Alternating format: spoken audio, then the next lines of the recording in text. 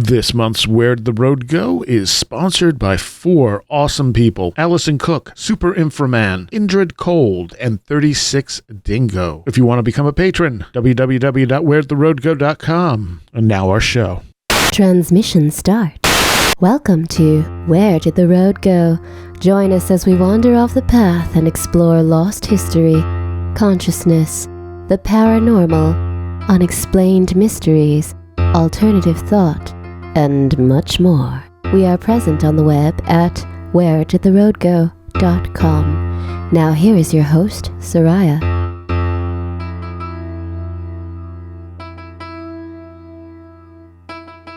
Welcome to this edition of Where Did the Road Go? And I have with me Mr. Mike Mazie of the Mind Escape podcast. Hey, Mike. Hello. You've been on here at least once, maybe twice. I can't remember because I've been on your show too. Yeah, I've been on once, and I believe you've been on Mind Escape a couple times. Okay. All right. And how long's Mind Escape been going for? Over 5 years now. So it's been like 5 and some change. We hit the 5-year marker this last December. So it's been going on for a while. And your focus is what on the show?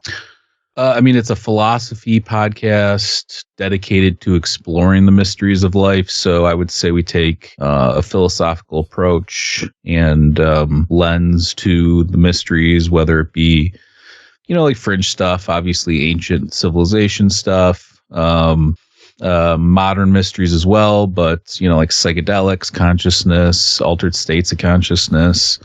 The universe, anything, you can say, hey, there's that mystery. What does that mean to the bigger picture? We kind of take a look at all that stuff. So. Yeah, I like that.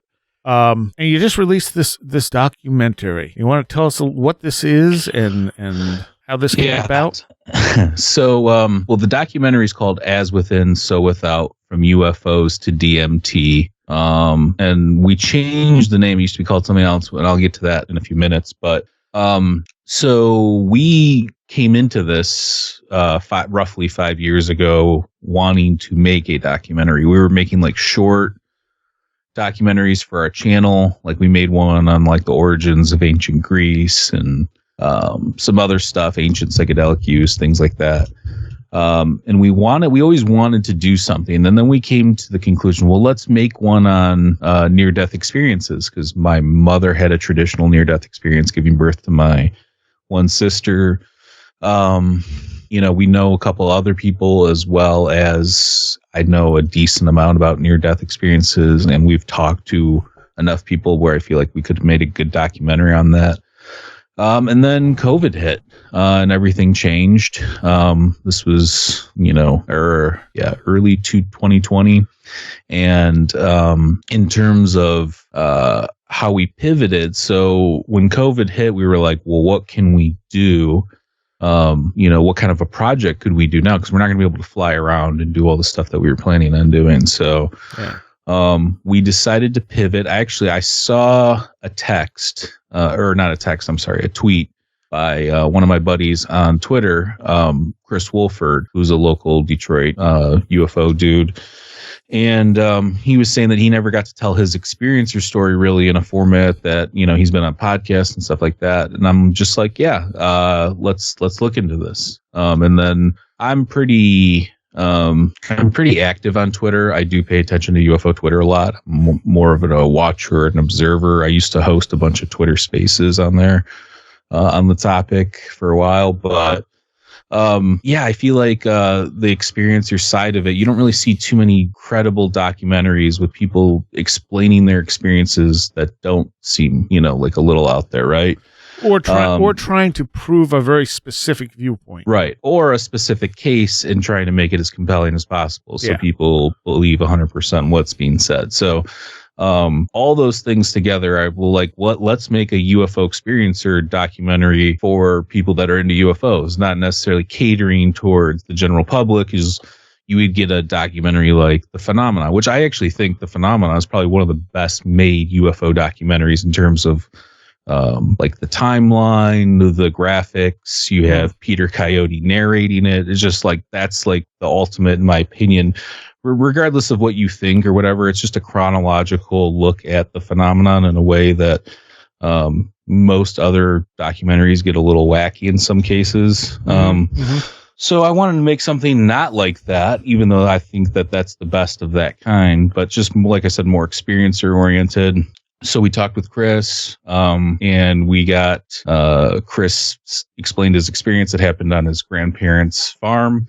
But he only had access to this farm for like, I don't know, his grandma was selling it, his grandpa passed away or whatever, or his aunt and uncle owned it at the time and they were going to sell it. And we only had a certain amount of time, so we went there like a couple months, I guess, before they were getting rid of it or selling it. And Maurice actually went out, which is my co-host on Mind Escape. He's also my cousin. And he shot Chris's footage and did like a bunch of drone work on the farm, and all that drone work you see at the beginning and everything, that's all made, that's not stock, that's on that farm. But yeah, so Maurice went out there, shot Chris's story. The format was I ask a bunch of questions that I don't know how to say this, because I never intended this to be any sort of like framing of anything, but I kind of use the Socratic method in a way by having asked questions that I feel like I would at least have a general idea of what the answer is going to be aside from personal experiences. So for the experience part, it was simply explaining your experience. And then later on, the knowledge parts are more asking specific questions, looking to get somewhere in the ballpark, if that makes sense. Yeah. So yeah, we get Chris's stuff shot, which was really the only in-person footage we had at the time. So then what we had to do is we had everybody else submit. Again, this is during the pandemic. Not too many people are traveling at all. Everybody submitted videos of themselves answering the questions that I would ask them. And then we were going to just try to like piece the puzzle together from there. However, there was more to this thing. I can take a pause if you have any other questions. I feel like I'm just rambling. You're okay. good. Excuse me. So from there, what we did was, I thought there was more to this. Like we have to have, like, I want this to be based on the way I approach this topic, which is kind of an unusual way, but at the same time, it gives kind of like a realistic possible explanation for what could be happening. And that is bringing in the idea of altered states of consciousness. I mean, I have this ongoing hypothesis where other people over times, there's some people that say, recently there's a lot of people that have different takes on the hypothesis that religions come from entheogen use or ancient psychedelic use. Right. And I think that there's obviously a lot of merit to that, but I have a bigger picture version of that, which I think altered states of consciousness are the source of all metaphysics. So when we think of ghosts or what's beyond this earth, or things we can't measure, or, a near-death experience or a mystical experience or whatever, those have been happening since time immemorial, and they've had a massive impact.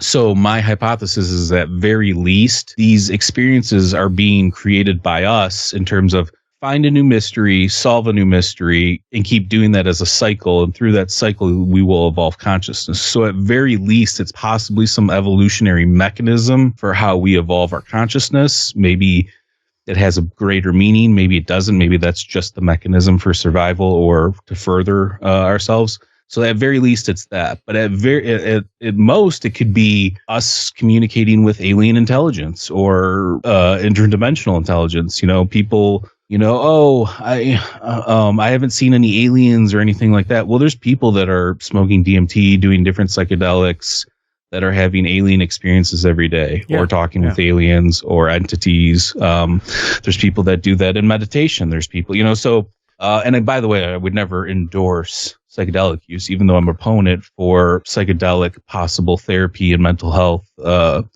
stuff, because I've used it for myself. Everybody's different. I don't, advocate that anybody just try this stuff. So, but anyways, so that was the idea was like, so the UFO experiencer thing to me wasn't enough in the sense that I wouldn't be telling the way that I feel about this phenomenon, or like the connections that I think are at play. So, well, you did a good job of getting a diverse grouping of people for this and working through it. And you had some pretty big names in there too, starting with Greg Little. Yeah. So In a way, I kind of cashed in all my karma points over the last 5 years of just, like you said, Greg Little. I love Dr. Gregory Little. So do I. He's awesome. He's such a wealth of knowledge, but he's also so generous with his time, and he's an awesome follow on Twitter. If you don't follow him on Twitter, he's posting ancient mounds every day, different effigy pipes and all sorts of crazy stuff. So follow him on Twitter. But yeah, so Dr. Gregory Little. So like the goal was to have experiencers tell their stories, have some intellectual thought, and people add pieces that bridge points, and then also have like professionals like academics and researchers. So you mentioned Greg Little, and then we have on the DMT end of things, we have Andrew Gallimore, who wrote the book Alien Information Theory, that kind of does talk about the possibility of making connection with alien intelligence through DMT and psychedelics. He has another book, a follow-up one that just came out called Reality Switch Technologies. Mm-hmm. We had Dr. Rick Strassman, who's the pioneer in the DMT field from his, studies in the 1990s. And again, I'm in contact with these people regularly. I wanted people that I can trust, that are friendly, that are cool people. I didn't want to like try and get some asshole just to do my documentary, So these are cool people that I interact with, that are generous with their time, that love these topics and talking about these things and stuff like that. So, and you had Greg talking about his plasma hypothesis, which I think is pretty solid, honestly, as to some of what this is. Yeah, absolutely. His newest book, Origins of the Gods. With Andrew. Him and Andrew. Specifically more in Greg's part, though, he speculates on... Actually, I really loved Greg's part in that book. I like both of them, but Greg's part, he has a lot of Carl Jung. He's got a lot of plasma stuff. The plasma idea that not only are these plasmas at the source of a lot of this phenomenon, but he thinks that they're actually intelligent. Like there's some sort of intelligence behind the plasma. It's not just a ball of gas, right? So, and I would think that based on what I know and what I've experienced an orb, that's the only weird thing I've ever experienced in day-to-day consciousness that's anything like that. So I think that that's interesting. I wanted to add that in there because a lot of the other stuff is altered state or associated with altered state. So I wanted to add the elements of, and during Shane, my co-host on the other podcast I have two podcasts I do, Mind Escape, and then I also do the Roswell UFO Symposium with my buddy Shane and Toby. Shane's a retired Air Force vet, and Toby is actually a reporter at the Roswell Daily Record. So Shane, they're both in it. They both have had experiences, but Shane had videos of orbs. He lives in Yakima Valley where there's all this like orb action and stuff like that. So we added some of his footage into the movie as well, or documentary, excuse me. Yeah. And I mean, the problem with any of that stuff is it doesn't really tell us anything about the phenomena. Right. Like it's interesting. It's always interesting to see that stuff. And it's interesting if you're having an experience and you can catch it. But I think there are people out there that think that that's how we're going to solve this, is by, getting good video or something. No, it's not. I'm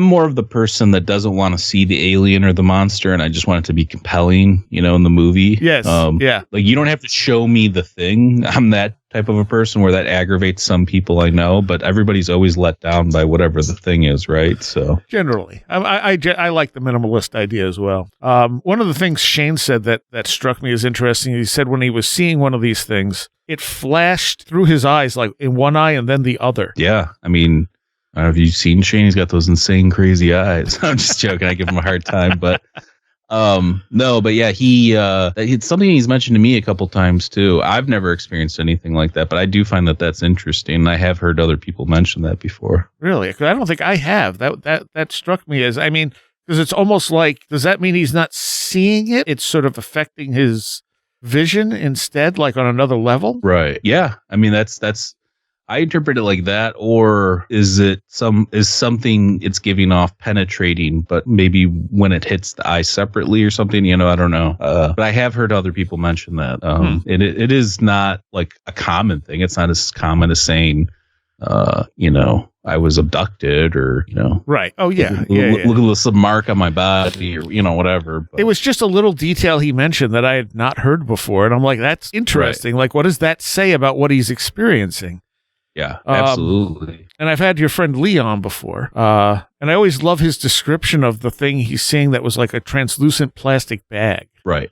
That's always fascinated me too, because he kind of said the trash bag when he was on our podcast a long time ago. He said trash bag or kind of like a sky jellyfish. I have heard jellyfish before, but not. I mean, what he describes in the documentary sounds like it was massive. And Lee's not a guy, from my experiences with him, to embellish or say anything that wasn't like, he's not trying to go over the top with it. So if he's saying that that's what that is, that's crazy. And that's most likely what he was seeing. And, he was around different places. He was stationed on the Nemitz for a while, which is obviously has the famous, Nemitz encounter from, was it 2014 or whatever? Yeah, something like that. But he wasn't on during that time. But he was stationed on that he was in the Navy for a while, and I guess you obviously get stationed on different ships. But yeah, I mean, again, we have couple military people, researchers. I like you said, a nice diverse crowd. We have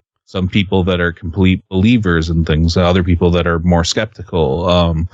Well, Lee was interested. Like, as soon as he came out, I'm like, Lee, I've had Lee on. What's his story? And he's telling it. And then when he got to the plastic bag, I went, oh, right, that one. Yeah. Because that's a description I've never heard before. Right. And the fact that other people saw it, the fact that, it almost seemed organic, that's fascinating to me. And again, argues against a simple nuts and bolts sort of explanation. Yeah. I mean, what is nuts and bolts? We can go off on a whole tangent on that. That aggravates me when I hear that, when people think that something is just a physical craft, because, I mean, think about this. It all has to be consciousness based, because the way you're interacting it is with consciousness. Yeah. If you didn't have consciousness, you wouldn't be able to observe whatever it is, the phenomenon, So technically, so I would actually say, and I fight with people, but I would actually say the argument is more, instead of nuts and bolts versus consciousness based, I would say it's more consciousness based versus illusionism, excuse me. So it'd be like idealism versus illusionism. The idea of, consciousness pervading the universe or being primary or something like that, versus the idea of illusionism, which is the idea that we actually don't even have consciousness. This is all an illusion. This is a byproduct of biological function, which I don't subscribe to, but I would say that would be the argument versus materialism and idealism. Okay. That's an interesting take on it. Yeah. I love the thing where they're like, there's no such thing as consciousness. It's like, really? What are you experiencing right now? Yeah. Well, I mean, maybe at some point it gets, I always fight with people like this. So it's like, even if we discovered that consciousness was some sort of byproduct of biological function, there's going to be a new mystery that arises from that, where they can't figure it out, where they're like, that's just the way it goes. At no point do I believe we'll ever have all the answers where somebody can start, clocking it in. It would be like, being a video game character and trying to figure out who's controlling you. Right. You had Ian J. did on, who I've had on a couple of times. Always love his insight into things. Absolutely. Ian's a really, really nice guy, but he's a really sick artist too. If you've never checked, I think his page is called Iboga Moon.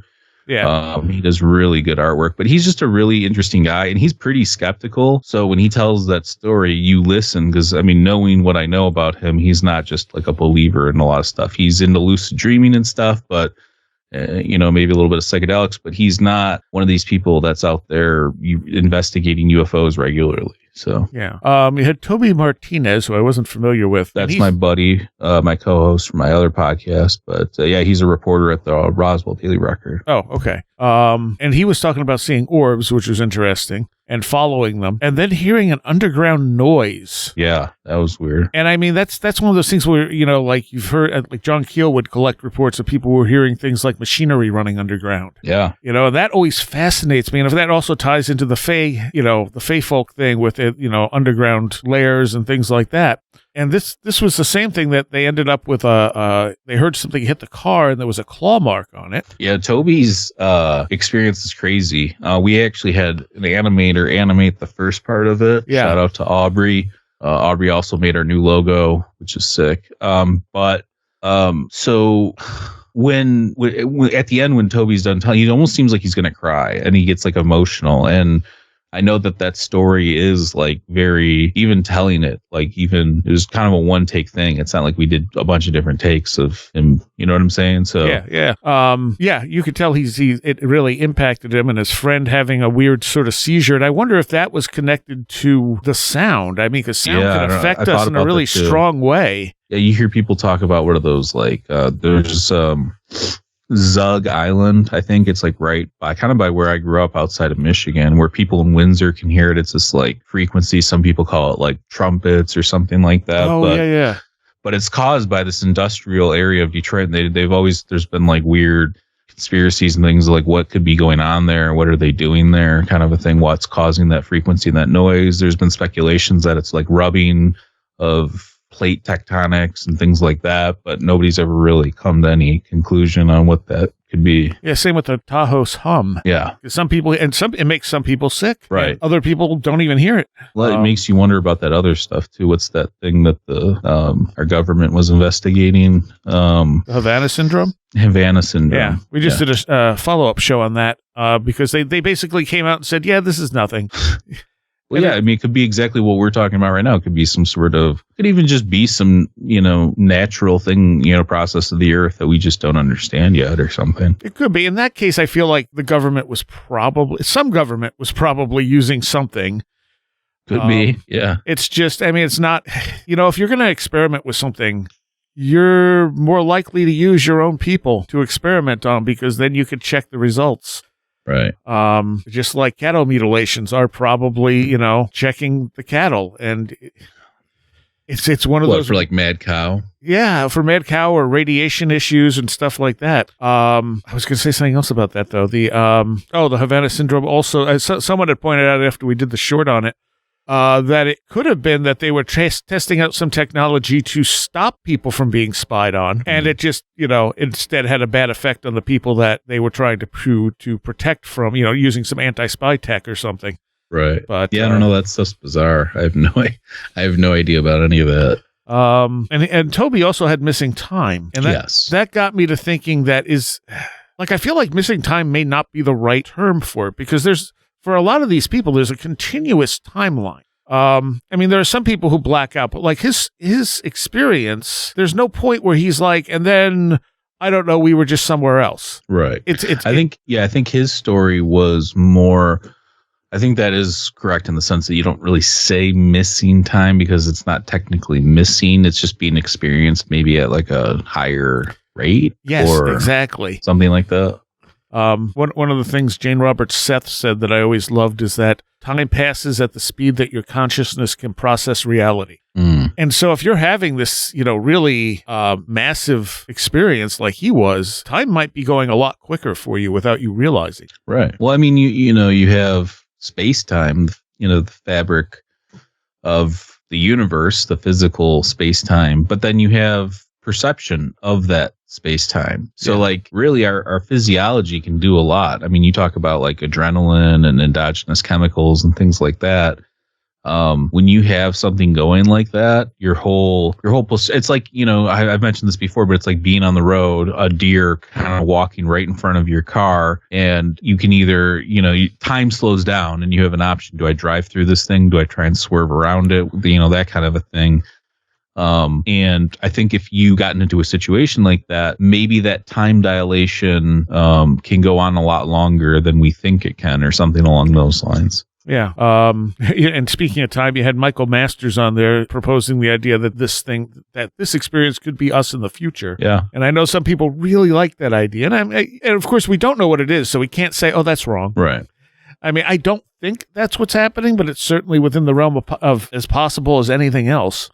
Yeah, I mean, I like the idea. Look, you look at the transition from hominid to where we are now, or early hominid to where we are now, and you see a dramatic difference. So what's the difference in another, 50, 100,000 years? What are we going to look like then? I think it's possible we could look at a gray alien. So either we're predicting what we're going to look like subconsciously, and that's what the gray alien is, or the gray alien is a physical thing, or maybe even a projection from the future that's going back. Maybe, we joke around with him when he's been on the show, like maybe they're, in college or school or something, and that's the project is to go back, history class entails you actually going to witness history, something like that. So I've had some romantic idea. I like it. I don't know if it's true, but I mean, he's pretty open-minded about a lot of different things. So I don't think he's, that's, again, all the people I've picked to be in this, nobody's really dogmatic about their, the ones that have written books and stuff. So. But again, I like the fact that you have such a wide variation of ideas here. Yeah. Well, there's so many different things going on. I mean, I don't think you can properly portray it without showing some of these weirder aspects. I mean, I always tell people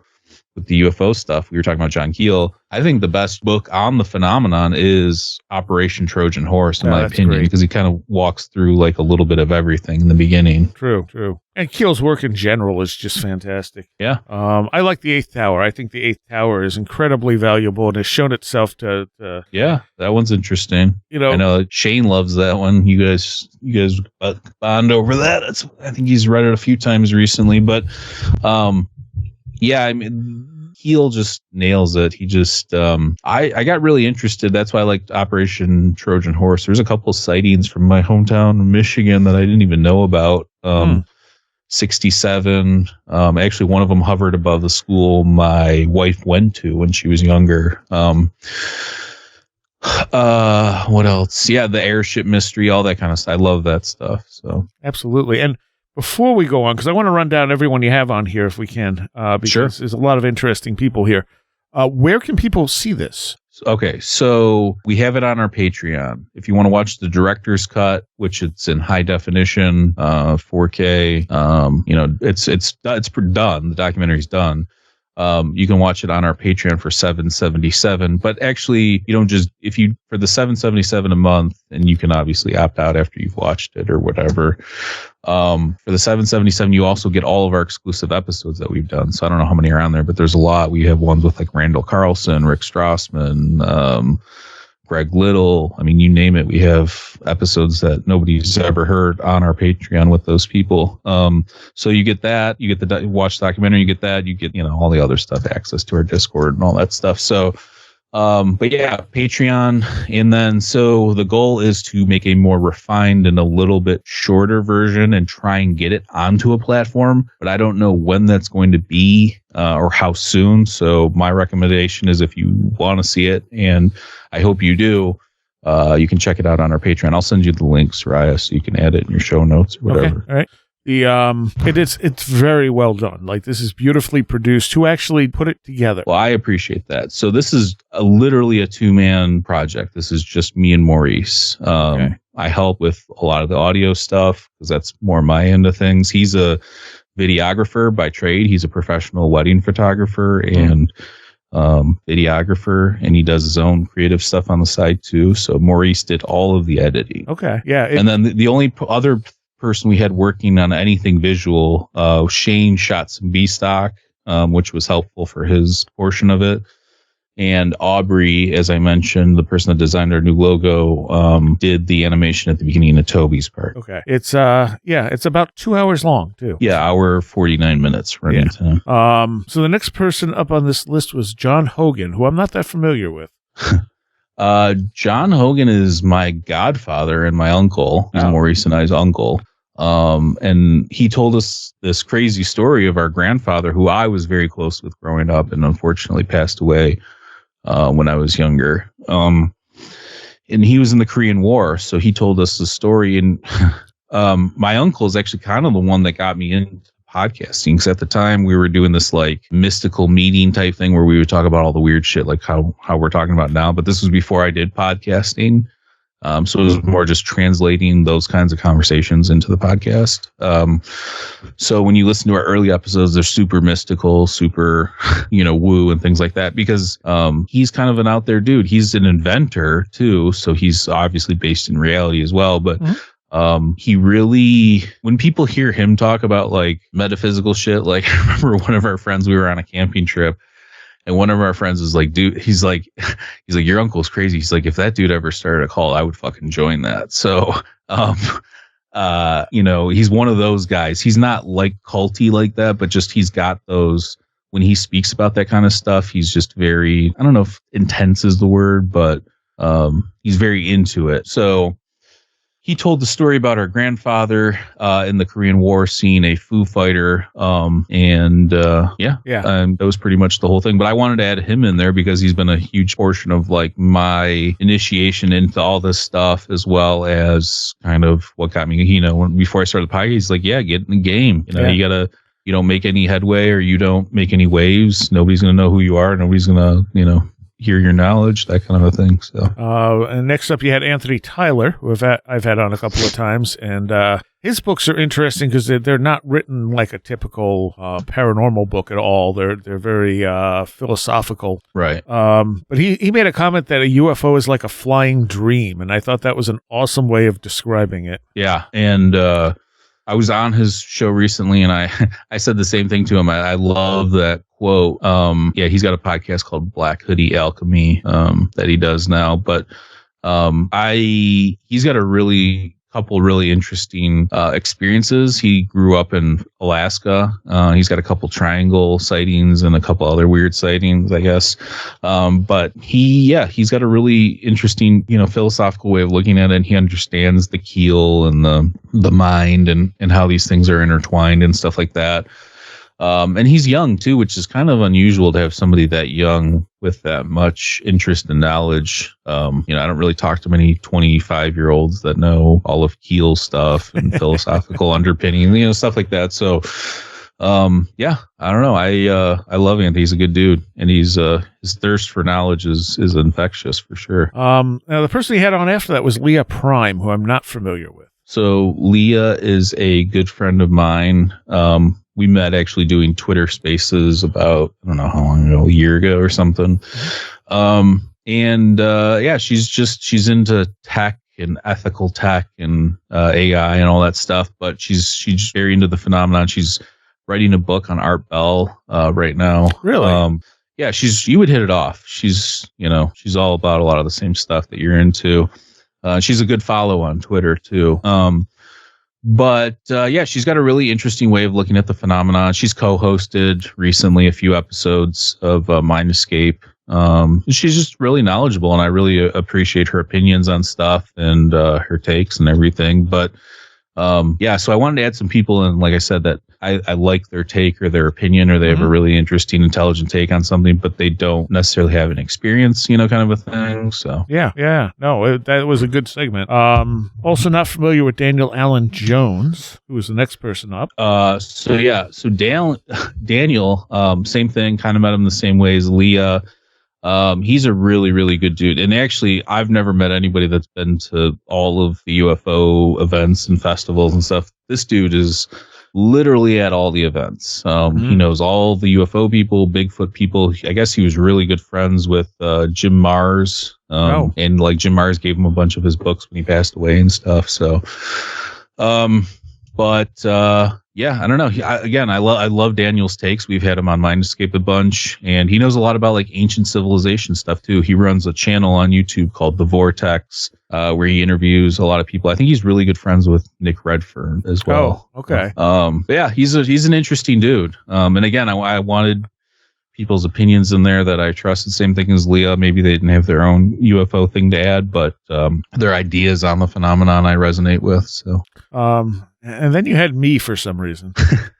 Again, I love your take where you're very open-minded and you kind of look at things from a completely different standpoint than I normally do. And I've told you this before I started doing Mindscape. I listened to your show. I loved your episodes with like Laird Scranton and, all the ancient mystery type stuff. So, I don't know. I think that you add something which is like a open-minded skepticism, but there's something in there that we kept because I thought it was really important, which is your part about talking about, because I used to be against like experiencer stories per se, but there was a lot of crazy ones where I'm like, really? Like, is there anything to that? But your whole part about it's important that these people just get it out, whether it's true or not. You'd rather believe somebody and listen to them and give them that time than have it be the other way and maybe them get more frustrated or set them off or something, have a negative impact from that. So that really resonated with me from like even just a mental health standpoint. So because if someone lies to you and you listen to their story, it's not hurting anything. Right. But if someone's telling you the truth and they're trying to open up and get someone to listen because this was a really startling experience, and it may sound like a weird experience, and it probably was a weird experience, but that doesn't, and if I go, okay, yeah, sure, then they're just going to feel like, no, I got to bury this deeper now, Right. I'd rather just believe people and, okay, so I might believe someone who lied, but what's really the harm in that? Oh no, I completely identify with that now. As I mentioned, I was doing some Twitter spaces for a while where a lot of them were experiencer based while I was doing kind of not necessarily like, I don't want to say I was like doing research for this documentary because I was literally enjoying having these conversations with people.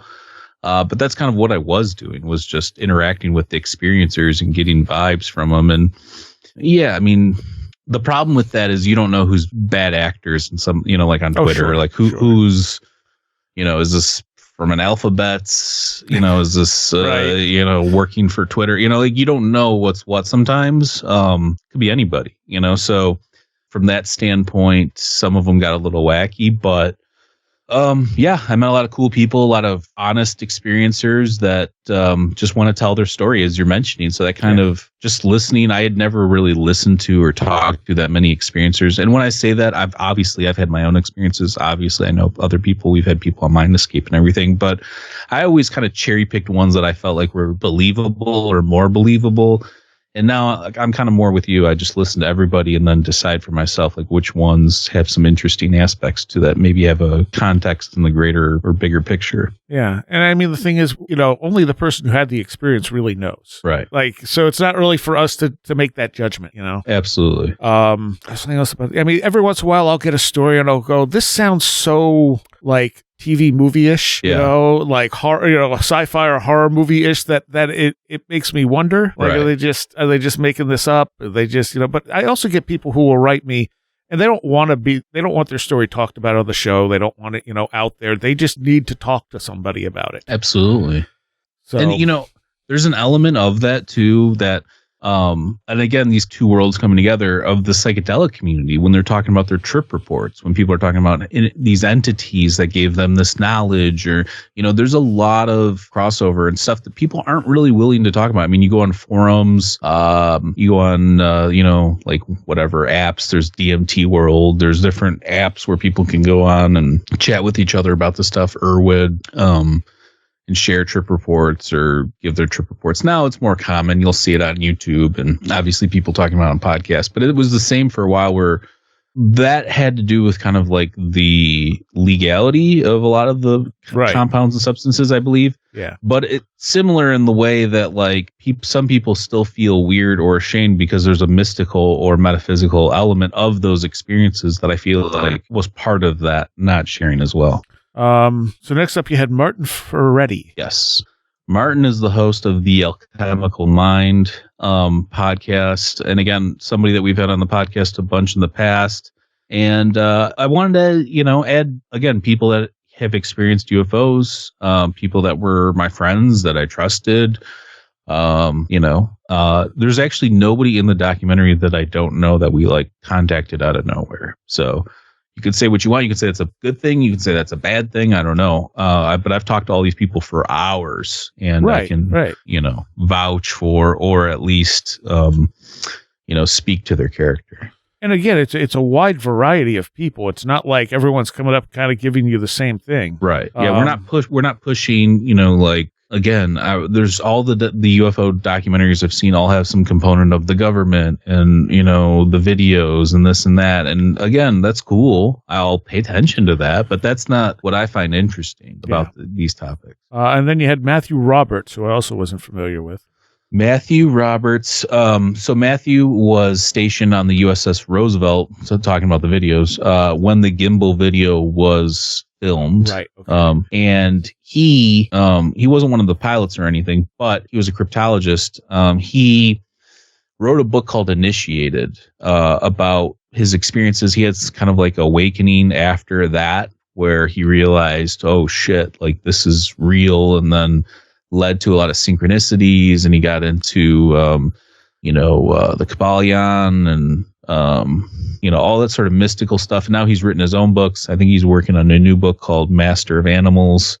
Yeah, no, he's a really interesting guy. He's very into mythology and the consciousness and hero's journey and all that kind of aspects of all this stuff. So and that started making me think about like I feel like it doesn't take something genuinely paranormal to open somebody up to this stuff. It takes something to make them wonder. Yeah. Like a realization or a paradigm shift just snaps you like, oh, this could be real, you know? Right. And even if what you experience turns out not to be real, once you've had that acceptance of maybe there's more to the world, then you start kind of opening up to it. And I think you're more liable to have experiences. Absolutely. Yeah, I 100% agree with that. I think that's kind of how a lot of these things go. There's some sort of initiation, you know, and again, that's to his book, Initiation. And he talks about all these ways that we get initiated into these mysteries and these ideas and things like that. So.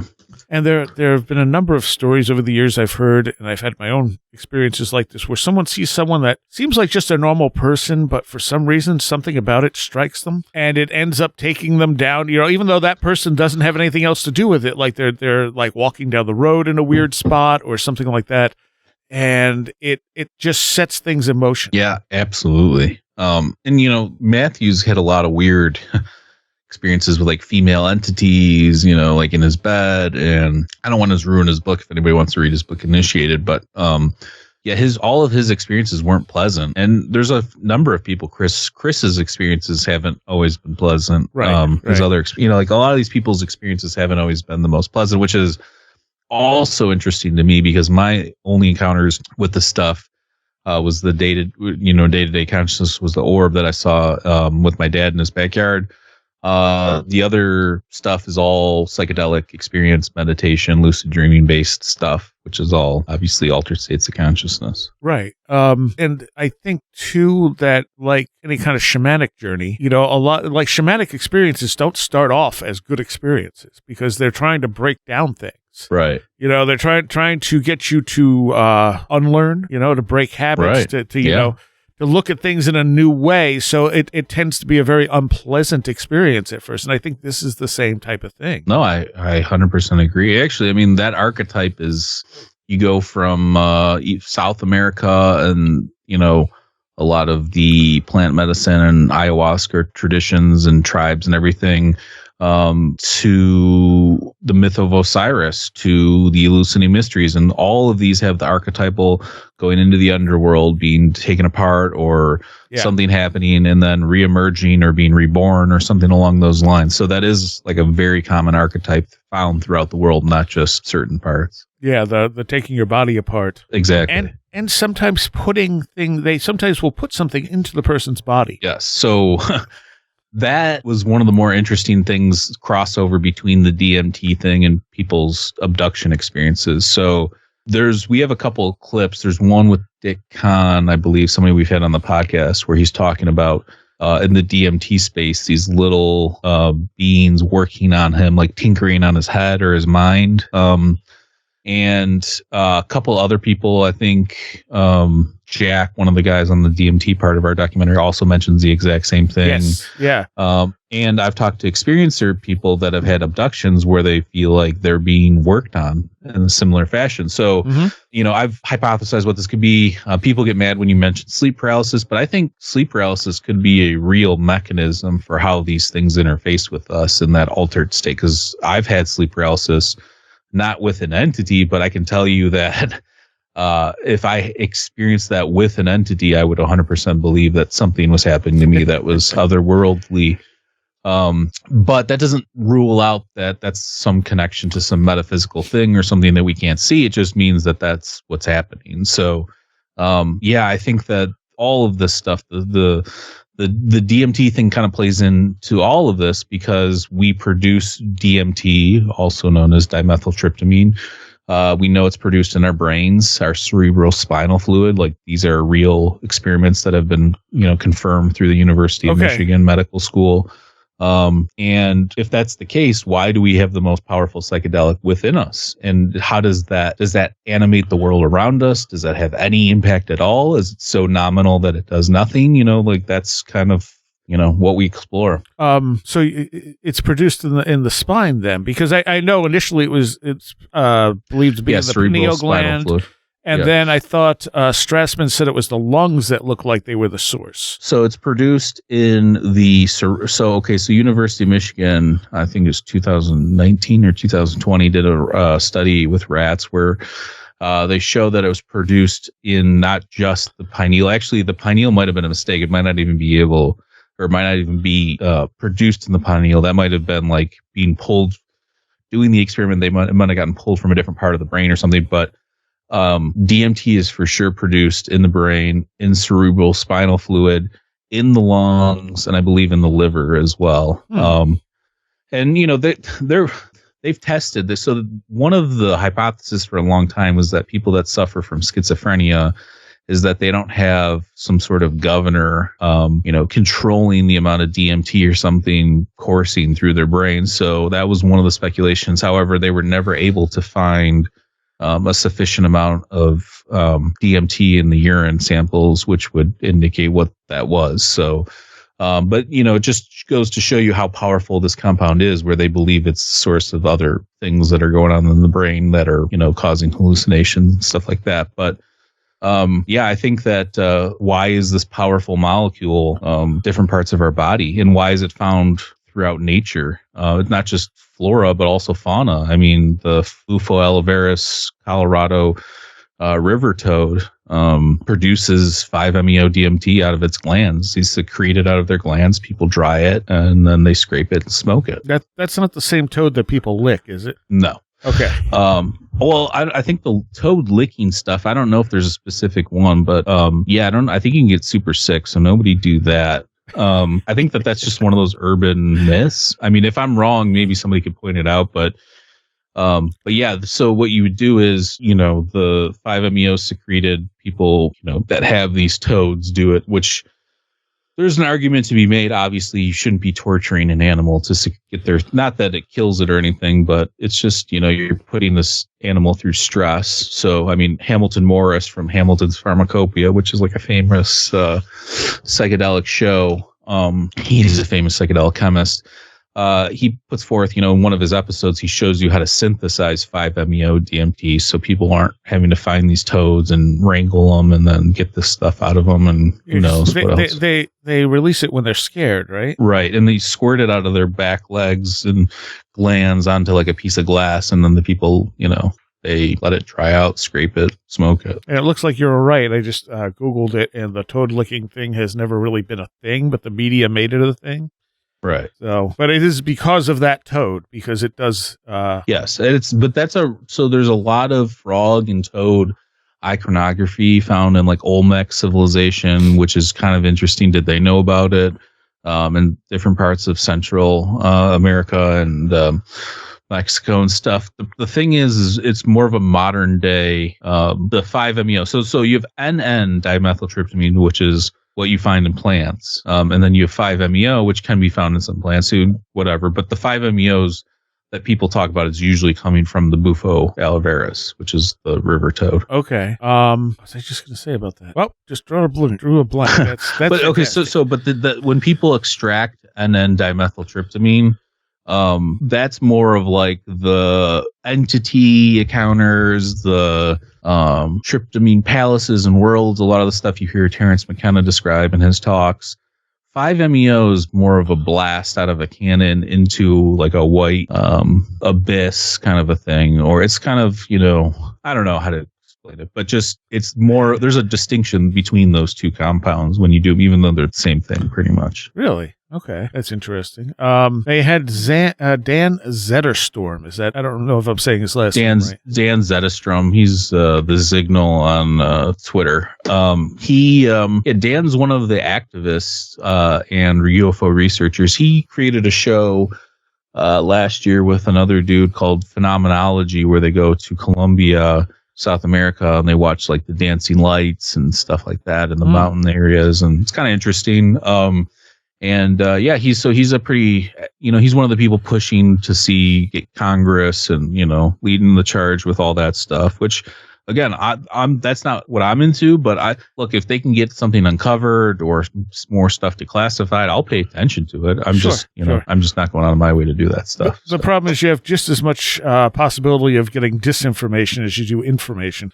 Well, I mean, that's always anytime you're dealing with any government body. That's exactly. So. What was interesting about his is he's talking about the UFO he saw, and he's talking about doing what's basically the falling leaf motion. Right. That is interesting. And that is characteristic of poltergeist encounters. Really? Yeah. So when things fall in poltergeist, you'll get some heavy thing that moves up into the air, and then when it falls, it does the falling leaf. Oh, okay. Yeah. No, you know me. I mean, I'm always fascinated when you talk poltergeist, but I don't know anything about them.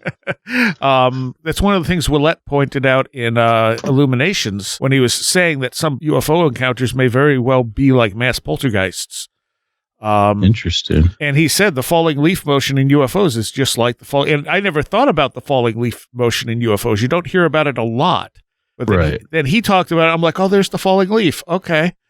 Yeah, no, that now that you say that, that did strike me as very unusual, and I've actually never heard that before. But Dan's been around. He's a super smart dude, and I think that it was interesting to have him, because usually when he comes on, we discuss like other things. I've never heard his experience before, so that was interesting to hear it for sure. Then you had P.D. Newman. Yep. PD's a good friend. He's a entheogenic researcher, which we were talking, and we're going to do like a monthly episode where we call it Psychedelic Gnosis, where we talk about like ancient and esoteric psychedelic use. He's written a couple books. You should have him on the show, actually. It'd be kind of interesting. But he wrote Alchemically Stoned. He's a Freemason, and he's connected DMT with a lot of the rites. He also wrote a book called Angels in Vermilion about John Dee and Kelly and their use of DMT and stuff. So, super interesting guy. And he's super knowledgeable about local plants and flora and even Native American rituals and stuff like that. I now know what my brain blanked on earlier. It's because we kind of went off away from what I was thinking. You were mentioning like the toads being an Aztec, iconography and stuff. Oh yeah, Olmec and yeah. But you also have toads are like the things that fall from the sky, get found in coal mine, like embedded in coal and all that. Like there's just something weird about toads. Absolutely. No, I mean, when my younger years, I used to be fascinated with toads, would catch them and release them on camping trips and things like that. And, they're super fascinating. They had Laird Scranton on, who, been on this show since, off and on since the beginning. Absolutely. My question here is why, so you put backgrounds around different people and you put Laird on like a Windows 95 computer screen. Okay, so as we mentioned, this was made during the pandemic. Some of the footage that we got was not the best quality, but we wanted it presented in a nice looking way so that the quality wouldn't detract from what's being said. Okay. So if you see somebody with like a border or something like, most likely it either wasn't in 1080 or it was just grainy, and we try to make it as less of that as possible. Because again, if we had carte blanche while we were doing this, we would have actually just sent Maurice to these locations and shoot it all in 4K with his, high-end gear. Right, yeah. And of course, Laird's outlook on this is very unique. Right. In the stuff. Well, I thought he was a perfect bridge between kind of these two topics, right? He's talking about the material and the immaterial. He does talk about UFOs. I mean, we've had him on the podcast like 5 or 6 times now over the last 4 years, and like super awesome, nice dude, super generous with his time. I know you've had him on a bunch. I know you guys are very friendly. He's always been super cool with me. I want to give a special shout out to him, sending him positive vibes too. He's just went through a little bit of a health scare. But I think he's doing better now. I did not know that. Yeah, it's on Facebook. I mean, he's pretty vocal about it on Facebook. I'm not divulging anything that's not out there, but sending him positive vibes, and he's recovering and stuff like that. I love his ideas on the stuff, not just the Dogon, obviously the Dogon stuff and the ancient Egypt and symbolism and his connections with John Anthony and all that stuff. But I like his material and material hypothesis along with the cosmology, ancient cosmology stuff. And I just thought we couldn't talk about symbolism and not at least get something of him in there, Yeah, definitely. All right, let's take a quick break. We'll be right back. Sure. All right, quick mid-show break here to just give you some information. If you want to contact the show, email us at contact@wheredidtheroadgo.com. If you have a story you'd like to share, have us read on the air, or come on the air and talk about something that's happened to you, stories at wheredidtheroadgo.com. Wheredidtheroadgo.com is where you can find links to everything, all our social media, our Discord, our YouTube, everything. It's all there, and you can become a patron if you would like. It's $3 a month. It helps us out greatly, and you get extra content all month long. You get the show a week early, and occasional extra little things here and there. If you want to mail me something in the physical mail, the address is P.O. Box 444, Ovid, New York, 14521. And if you are into heavy music, please check out my my other show, The Last Exit for the Lost, which is almost at its 29-year mark. June will be 29 years that I've been doing that show, and I put a lot of effort into it. So if you like heavy music, check it out, because you're going to hear stuff you're not going to hear anywhere else, and hopefully be entertained by the stuff in between the music. So that's at thelastexit.org. I'm trying to get the archive up to date on that as well. All right, recommendations. I think I'm going to do another podcast. I was going to do a book, but I think I'm going to do another podcast. There's a podcast on Fable and Folly called Civilized. Fable and Folly actually have quite a few good podcasts. Their network's pretty decent. Civilized, it started out really, really good. It's I feel like it kind of lost its way at some point. But it is a comedy sci-fi podcast that is also improvised. And it is incredibly well done. There's some really funny stuff in this. At some point, they've kind of changed the direction a little bit with the last season. It was still good. It wasn't quite as good as when it started. It started in 2019, and has gone through, I think, 3 seasons. Is it 3? No, 4 seasons. Wow, 4 seasons. And I don't know when anything new is coming. It's been a while since the 4th season ended. Yeah, back in 2021, actually. The end of 2021. Oh, that's been a real long time. But it's fun. It's a lot of fun, especially if you appreciate improvised comedy. It might be right up your alley. Like I said, there are times that I was listening to this that I just had to stop what I was doing because I was laughing so hard. And that does not happen a lot with me. So, yeah, it's clever, it's witty, and it's sci-fi. All in one big mass of civilized. And like I said, stuff on Fable and Folly. They have quite a few good podcasts. Good selection of stuff from them. All right, back to the show. So you're listening to Where Did the Road Go? And I'm here with Mike Mazey of the Mind Escape podcast. What's the other one? The new one that I do on the side is just UFOs with my buddies Toby and Shane. And that one's called the Roswell UFO Symposium. Okay. And we're talking about this documentary that you just put out, which is entitled As Within, So Without, From UFOs to DMT. And I'm kind of running through the people you have on this. It's almost a 2-hour documentary, and I highly recommend people check it out. It's available on your Patreon. And yes, it's the Mind Escape Patreon. Correct. Mind Escape Patreon. We have a link tree. You can go to Linktree and then Mind Escape Podcast. As I mentioned, I'll send you the Patreon link and you can add it to your show notes. Absolutely. So the next person you had up here was Dr. Rick Barnett. Yes. Who's talking about symbols and DNA. Yeah. So we met Dr. Rick. He's just a cool dude. I actually met him on Twitter. And then we had him on the podcast a couple times. Into similar music. He's a big fish head too. I'm a big fish head. But he just knows a lot about the mind, being a psychologist, and he's helped people with, addiction issues and mental health issues. But I wanted him to speak on, psychedelics, but I feel like there was a part in there, while what he's talking about is partially about psychedelics influencing humanity and consciousness. I felt like what he's talking about with the symbolism and everything, I felt like it fit more. So we kept more of that and got some of the other stuff out of there. So yeah, it was, I don't remember exactly what he said. I just remember finding it very interesting. Yeah. He's talking about like epigenetics and, the influence that psychedelics have had, on our evolution and evolution of consciousness and stuff like that. I like some fish. We're talking fish from Marillion, right? Fish what?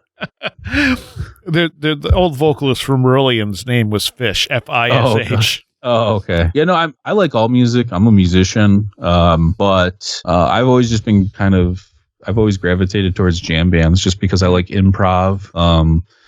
And if you're a musician, I think that there's something like seductive about playing live on stage and like having a conversation with somebody musically, and then having somebody else in the audience watch this happen in like live. Yeah, well, there's time, groove. There's a connection there that you're making with another person in a way that we normally can't. Right.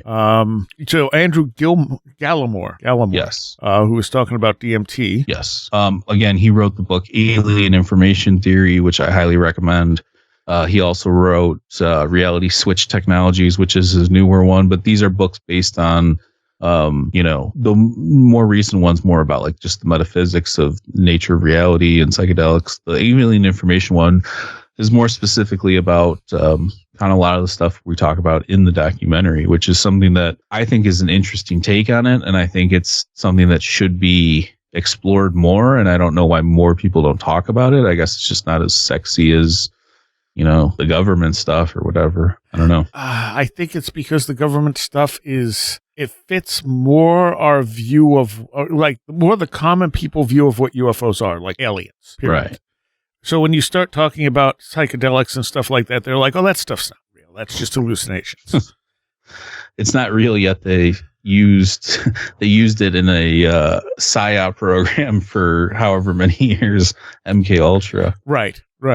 But I mean, I think that's the common conception is that, well, if the government is investigating UFOs, then they must be real. Right. Rather than looking at it as, I mean, the way I do, which is that, of course, this stuff is real. We've had experiences cross-culture throughout all of history. There's obviously something going on. It's a matter of what, not whether or not it's real. Absolutely. R.N. I don't know how to say his last name. Yeah, R.N. Voot. He's an author. He's actually one of the first authors we had on our podcast when we started interviewing authors. He wrote Spirit in the Sky. He's trying to connect different symbolism in the ancient world with, again, like DMT, stuff like that. He's just, he's a nice guy. I've always enjoyed our encounters, and he's all about, again, this kind of connection between psychedelics and DMT and ancient mythology and symbolism and stuff like that. Okay. Christi Myers? So Christi, out of all the people in the documentary, I probably know Christi the least, but she's super nice, and I really enjoyed our conversation when we had her on the podcast about psychedelics and altered states of consciousness and stuff. She was an EMT who used to administer ketamine, and then she eventually just recently opened up her own ketamine clinic in California, which became the first psychedelic clinic, I believe, where they offer or they take insurance, which is kind of interesting. So nice. Okay. But yeah, no, she runs a ketamine clinic in California called Integrative, excuse me, I'm going to butcher Flow Integrative. So if anybody lives out there and get some psychedelic therapy, that might be a place to look into. When you mentioned Jack Napier earlier, and that was the thing. He's talking about the operating room experience he had under DMT, right? And saying, this sounds like what UFO abductees are experiencing, right? And of course, when you add in that a lot of times, not always, but a lot of times, those experiences are being recovered under hypnosis, which is in itself an altered state, right? I think my co-host Red Pill Junkie was the first one to suggest that maybe those experiences are actually happening while the person is under hypnosis. Yeah, I could see that. I mean, the hypnosis thing's always been weird to me. I've tried hypnotherapy. It did not work. Maybe I didn't have the right person or something, but I guess I looked into it, and only like a third of the population are actually really geared toward or susceptible to being really hypnotized like that, which is kind of interesting. But yeah, I don't know. I got to do more research into it. It also is not a reliable memory recovery tool. Oh, no. Yeah. In terms of like, you're talking about like past lives or regression therapy or whatever, all that stuff, I think is either your mind's in a suggestive state, as is your mind when you're on psychedelics. Again, these altered states of consciousness, I believe, open you up. You are no longer in your normal brain pattern, or, your pareidolia mask has been, taken off, and now you're seeing things in a different way. You're making different connections, that kind of a thing. Yeah. Now Jack also said, how is he describing it? He was saying that when you're doing DMT, that world is nothing like our world. Right. But when you come back here, you see like hints of that world hidden in our world. Yeah. So that might be one of the most profound things said in the documentary, or I should say one of my favorite things. It was one of my favorite too. That really stopped me. Where he's talking about, you realize this is all bullshit. Like, we're all right now, I'm not saying what I really want to say because I'm afraid of what everybody else is going to think about what I really want to say, or what I'm really going to say, or whatever.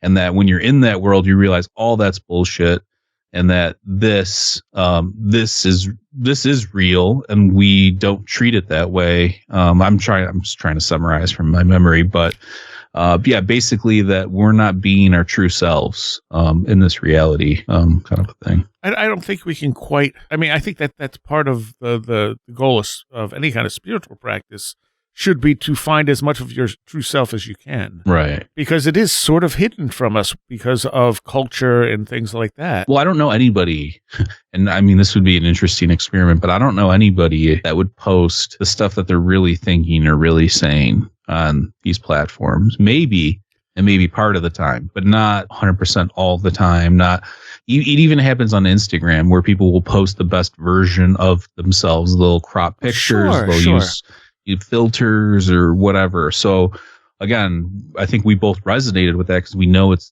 true. And we don't think about it on a daily basis. We just go through the motions, and in reality, we're not really being our most authentic self because of whatever reason we give ourselves. And sometimes there's good reasons, but other times people get carried away with it. Right. Like there's respectful reasons for not always just saying whatever comes to mind. Oh no, absolutely. And you don't want to be that asshole, or you don't want to be like the drunk dude that's really telling you the truth kind of a thing, or whatever, but so I do think that there needs to be some filter. I don't think we're talking about, though, when you're going to hurt somebody's feelings. I think we're talking about when we're just, this is who I am, I'm afraid to show you this part of me kind of a thing, or something along those lines. But I just want to point out, Jack runs this channel called the Trip Whip channel on YouTube, and he gives these trip report breakdowns where he explains these experiences and the knowledge that he gets from these experiences, and there's different archetypes and themes to some of them. It's just a really interesting dude with a really interesting channel, so I highly recommend people check that out. We've had him on a bunch in the past too. He's just an all-around good dude. I like, in another way, though, the idea that the other reality is hidden within ours, in the way that the paranormal presents itself here. Right. So like we're intertwined. We can't really grasp them, but they can't really grasp us either, or something along those lines. Which kind of goes into what Laird Scranton talks about. Right. The material and the immaterial. Yeah. One having perfect knowledge but inability to act, and the other having the ability to act but imperfect knowledge. Absolutely. So I think the last two people here, I tried to write down everyone. Paul Duvall. Yep. I don't remember. Paul and Justin. Paul Duvall and Justin Gale. They're both part of this team called the Dreaming Jaguars. They have a YouTube channel called the Dreaming Jaguars, where again they use great 4K cinematography, drone work, and they're just talking about DMT and their experiences and altered states of consciousness and what this stuff could possibly mean and the messages that they've been given and things like that. But it's all shot really high quality stuff. So I recommend their channel if you like that kind of stuff. And of course, last but definitely not least, you had Strassman on. Yeah. Again, Rick Strassman's been super helpful, super knowledgeable. We had him on, not this last episode, but the episode before. He's a big film buff too. I mean, Maurice and him were, talking about Upstream Color and David Lynch stuff and all sorts of weird and quirky and esoteric films and all sorts of stuff. Oh, that's cool. I had him on. I did a 2-part with him, I think. one for each book, because we did DMT, the spirit molecule, and then the one on the biblical. DMT and the soul prophecy. Yeah, which I'm not totally sold on, but at the same time, it's possible. Yeah, I mean, look, that's kind of what we're talking about here in this documentary is why do we have this molecule in us? If we have it in us, I don't see why there couldn't be some sort of endogenous release, like some people talk about this awakening or these crazy experiences out of nowhere, or Kundalini awakening or whatever. I don't see how that's not possible that could be happening. I don't know the mechanism in which it would occur yet. I don't think anybody does, but look, there's experiments happening right now. Rick Strassman, Andrew Gallimore, and this other guy, Daniel McQueen, who wrote this book called Psychedelic Cannabis. That's actually a really good book. People should check out. They're all working on this thing called DMT-X, where they are going to do these experiments where they're going to put people into the DMT realm intravenously. The way that you would administer anesthetics, they're going to do that through that way. So you can have like 30 minutes in that realm as opposed to like 5 to 10 minutes or whatever. So they're going to try and see if they can map out or make communication, whatever. If these things are not our subconscious, like what are they, kind of a thing. So that's really interesting. I did not know about that. Yeah. Strassman's work to begin with was groundbreaking. Half of DMT and the spirit molecule is just him talking about how difficult it was even to get permission to do this work. Right. Which was just ridiculous. Absolutely. Considering we produce this compound in our own bodies, it's not like you're synthesizing LSD or something like that. That's, so. So when you mentioned like Kundalini, I've always wondered if like when I'm having a Kundalini experience, and it ties into something weird if it's activating DMT in my system or raising the level of it. Yeah, that's a possibility. Another thing that people have been trying, I've seen more and more, and I think that might be doing something is these darkness retreats where, like, supposedly, and I don't know if this is true, but supposedly there was like a London Real clip of this Montauk guy or something where he was talking about Eastern medicine and how there's this idea where if you go into complete darkness for 2 to 3 weeks, and this is a thing. I don't know the guy's name, but there's been a couple people. I think actually Aaron Rodgers, the football player, just tried this too. But there's supposedly if you are in complete darkness for 2 weeks to 3 weeks, you start to like trip balls, like DMT, crazy visuals, because you're not getting any light. So does your body start to think that you're dying? Does your body start to do weird stuff endogenously? Like, who knows what's going on? That's interesting too. Huh. And with a lot of weird experiences also happening around liminal time periods, and sometimes just before a liminal time period, you have to take the idea of how time works with all of this too. So if you're having an experience where you're really stressed out, a lot of changes happening, that might be sending information back, as we've seen, in laboratory tests, that this is something that can happen. High emotional stuff can move backwards in time, and that might be causing the DMT release, which is then allowing you to experience this stuff.